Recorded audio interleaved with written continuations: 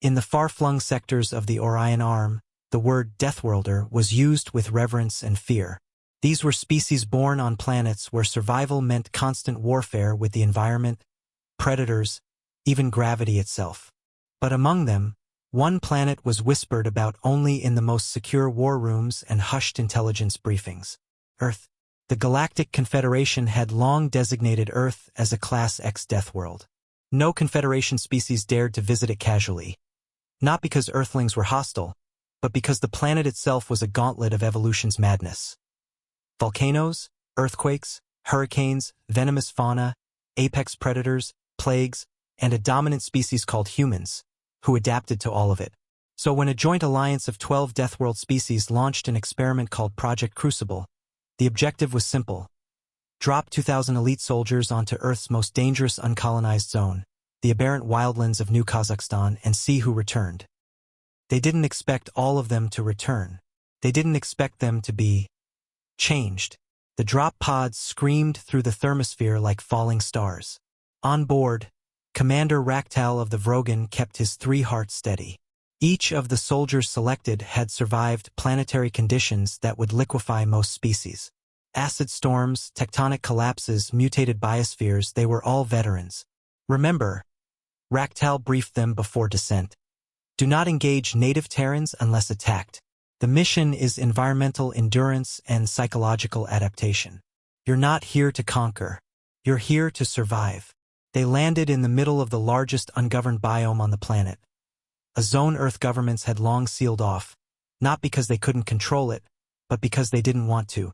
The wildlands had no Wi-Fi, no satellites, no real-time feeds, only old legends and warnings like, "Do not enter," Area Biohazard Z, etched in 10 different languages.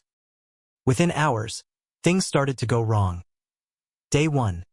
The first Deathworlder patrol encountered an animal classified in Earth's own records as a badger. It was 1 foot tall.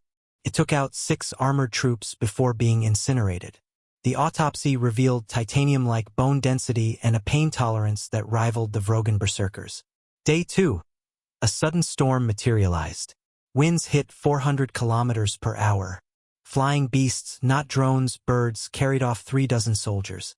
The sky was alive with talons and beaks, each creature acting with coordinated, unnatural aggression. Day 4.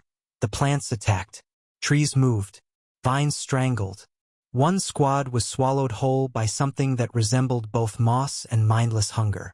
The survivors started muttering that the forest was watching them. Day 7. The hallucinations began.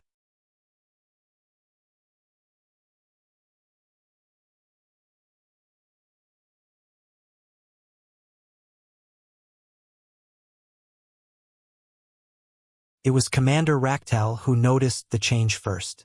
Soldiers began referring to themselves using Terran terms. A Gorn medic insisted on being called Document a Chakra Warrior, who once destroyed a fortress single-handedly, started wearing a cowboy hat fashioned from scavenged fabric and whistled something called country music. By day 12, many no longer communicated in Galactic Standard, but in rough English peppered with Earth slang. And then, the humans arrived, not with tanks, not with drones, but walking, on foot, laughing, carrying sticks, no armor. "Howdy," one said, waving at Raktal's squad as if they were hikers on a trail. "You folks tourists or something?" The Deathworlders froze, weapons ready. But the humans just set up camp next to them, started a fire, offered them coffee.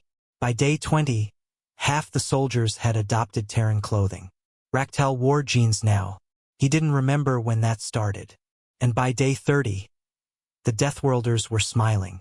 Day 45, evacuation. A Confederation dreadnought hovered in low orbit, scanning for life signs. To their surprise, all 2,000 signatures remained intact. Even more shocking, they were walking out of the wildlands on their own. Raktal approached the debriefing officer. "Status?" the officer asked. The Vrogan commander stared through him. His eyes were tired, but shining. "We entered a death world," he said. "But we found something worse." The officer flinched. "Worse?" Raktal chuckled. We found humans, and worse than them,